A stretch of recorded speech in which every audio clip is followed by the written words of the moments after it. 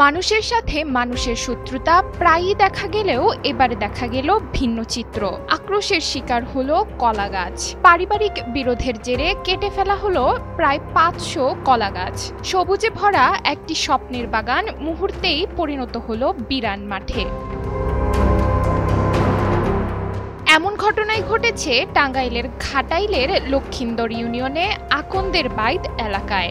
ভাতিজা রফিকুলকে সঙ্গে নিয়ে নূর মোহাম্মদ খান রোপণ করেছিলেন ৭ শতাধিক কলা গাছ। বাগান ভরে উঠেছিল সবুজে, গাছগুলোতে ঝুলছিল কলার কাঁদি। কিন্তু পারিবারিক শত্রুতার কারণে মাত্র এক সকালে উজাড় হয়ে গেল ৫৫০ কলা গাছ।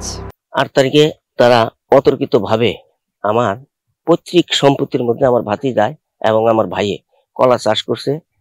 তারা লাঠি সোঁটা, দাও এবং বাগি এইসব নিয়েইয়া দল বেঁধে একবারে খেতে ঝাঁপাই পড়ে মানে সমস্ত কলা গাছ একবার কেটে ফেলছে। ৫০০ কলা গাছ, ৩০০ কলা পরিপক্ক ছিল, সেগুলো নিয়ে গেছে। বাকি কলাগুলো তারা ক্ষেতের মধ্যে কাইটা রেখে গেছে, যে পর্যায়ক্রমে নিয়ে নেয়া ছাগল গরুরে খাওয়াইতেছে। ক্ষতিগ্রস্ত নূর মোহাম্মদ খানের দাবি, ব্যাংক লোন আর ধার করা টাকায় এই বাগান করেছিলেন তিনি। সব গাছ কেটে ফেলার ফলে ক্ষতির পরিমাণ দাঁড়িয়েছে ৩.৫ লাখ টাকা। ঋণ শোধের চিন্তায় দিশেহারা তিনি। গেছে ৮ তারিখে আনিসুর রহমানের নেতৃত্বে ১০-১৫ জন আইসা ৫৫০ কলা গাছ কাইটা ফেলাইছে। এটা আমার প্রত্যেক সম্পত্তি। আমি আমার ভাতিজা রফিকুল ইসলাম খান, আমার নাম নূর মোহাম্মদ খান, আমরা দুজনে মিলে এটা চাষ করি। ৩ লাখ টাকা ৩.৫ লাখ টাকার হবে আনুমানিক। জোরপূর্বক জমি এটা দখল করতে চাইছে, মানে প্রত্যেক সম্পত্তি আমাদের, মানে সবকিছু আমাদের নামে। ওনারা জোরপূর্বক এটা দখল করতে চাইতেছে। নূর মোহাম্মদের পরিবারের অভিযোগ, পৈতৃক জমি দখলের চেষ্টা করছিলেন প্রতিবেশী আনিসুর রহমান, জাফর খান সহ কয়েকজন। ৮ সেপ্টেম্বর সকালে বাড়ির পুরুষ সদস্যরা বাইরে থাকায় ১০-১৫ জন মিলে কলা গাছে কুঠার চালান। শুধু গাছ কাটা নয়, সেখানে চাষাবাদও শুরু করেন তারা। রফিকুল ইসলাম খান এবং কি নূর মোহাম্মদ খান, এরা চাষা বাচ্চা। রফিকুল ইসলাম কিন্তু আমারও বাচ্চা। তো ওরা চাষা বাচ্চায় কলা ক্ষেত্রে আবাদ করছে। এটা নিয়ে কয়েকদিন বেলা জমিটা নিয়ে সালিশ হয়েছে, ৪-৫টা সালিশ হয়েছে, এবং কি 5টা উকিল সহ এই জমিটা নিয়ে সালিশ। কিন্তু এরা এই জমির কোনো কাগজপাতি দেখাইতে পারে না। শেষ মুহূর্তে খালি পলে উইটাই করে। সেটা হইল ওই আনিসুর রহমান খান সানা, জাফর আলী খান, সাইফুল ইসলাম খান। এরা হইল আওয়ামী লীগের দোসর। এরা পূর্বের থেকে আওয়ামী লীগ কইরা আসতেছে। এই পর্যন্ত শেখ হাসিনা যাওয়ার পরেও তারা ওই আওয়ামী লীগ ওই বলটাই দেখা আবার চাইতে বদি।